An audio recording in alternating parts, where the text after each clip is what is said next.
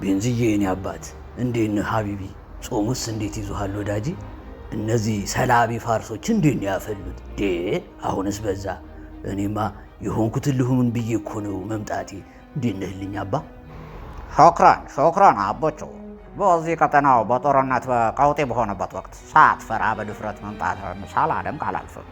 ሰው ማለት ሰው የሆነ ነው ሰው የጠፋለት አለ ትራምፕ።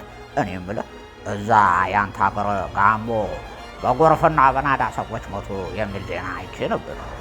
አናሳፍ በጣም አዝኛለሁ። መቼስ አመጣጥህ እኔን ለመጠየቅ ቢሆንም እግረ መንገድህን የሰብአዊ እርዳታ ድጋፍ እንደረዳህ ይመስለኛል አደል አቦቹ?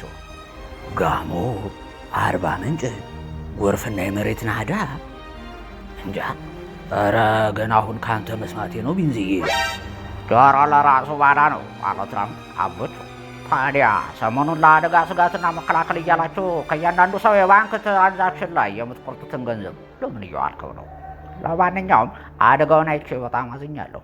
ጋሞ ታሳብያለሁ። ለተጎዱት ሰዎች ምን ላዘጋጅልህ አቦቹ? ኧረ ቢንዝዬ ስለ ጋሞ አታስብ። ድሃና ባጃጅ ረዳት የለው ሲባል አልሰማህም? እኔም በጣም ያሳሰበኝ እነዚህ ኢራኖች ከሚተኩሱት ሚሳይል አንዱ አምልጦ የዱባይን የኮሪደር መንገድ ገጽታ እንዳያበላሽ ነው። የኔ አባት በዚህ በጾም ወቅት እንደዚህ ይደረጋል? አስተፍሩላ! ምን አይነት ህሊና ቢስነት ነው! ከጋሞ ኤሚሬትስ እንደሚቀርበህ አላውቅም ነበር። ወይ ጉድ! ያልወለድኩት ልጅ ቢለኝ አባባ ሆዴን አለኝ ዳባ አለ ትራምፕ። አብቹ እንደ ጋሽ መሐሙድ ዳር ማለቱን ተውና የመጣህበትን ምክንያት ቀጥታ ተናገር። ቤንዝዬ ሀቢቢ ብርዝና የልብ አውቃ እኮ ነው ያራዳ ልጅ። ባለፈው እሰጥሃለሁ ብለህ ቃል የገባህልኝ ድሮን ልወስድ እኮ ነው የመጣሁት እና ከቻልክ ደግሞ